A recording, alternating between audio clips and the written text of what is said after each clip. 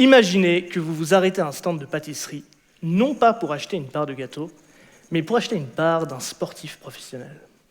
Croyez-moi, c'est possible. Un footballeur peut connaître le même sort qu'un gâteau au chocolat.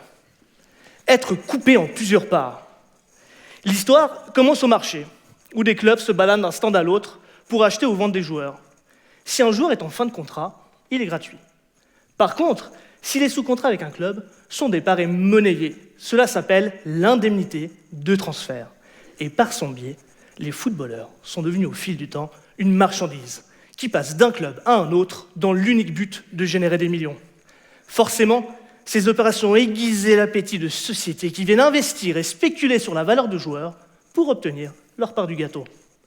Prenons l'exemple de Carlos, qui n'a malheureusement pas eu la même carrière que Shaqiri ou Messi. Un club souhaite le recruter pour 2 millions de francs, mais n'a pas assez d'argent. Ce club va faire appel à une société qui va lui prêter 1 million. En échange, cette société sera propriétaire de Carlos à 50%.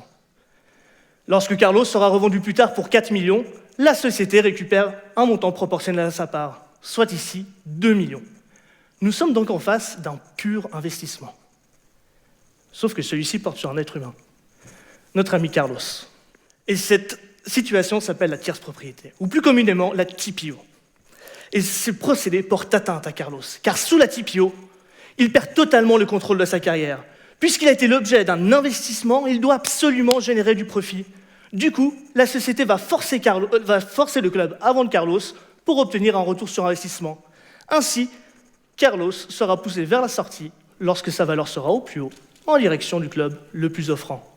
Cette situation impacte sensiblement ses droits. Et c'est dans ce cadre que j'interviens. Je réalise une thèse sur les dérives des transferts dans le football et leur impact sur les droits des sportifs. Pour répondre à une question, mais qui peut sauver Carlos?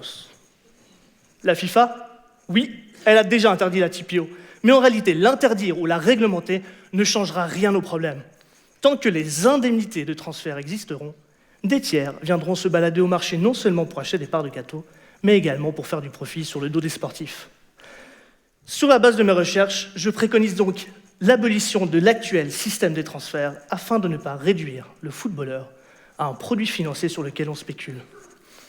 Car quand je pense à la TPO, mon rêve d'enfance de devenir footballeur professionnel s'effrite au même rythme que la carrière de Carlos. Dernière recommandation pour le week-end, évitez soigneusement de faire du sport. Il y a des gens qui sont payés pour ça. Merci pour votre attention.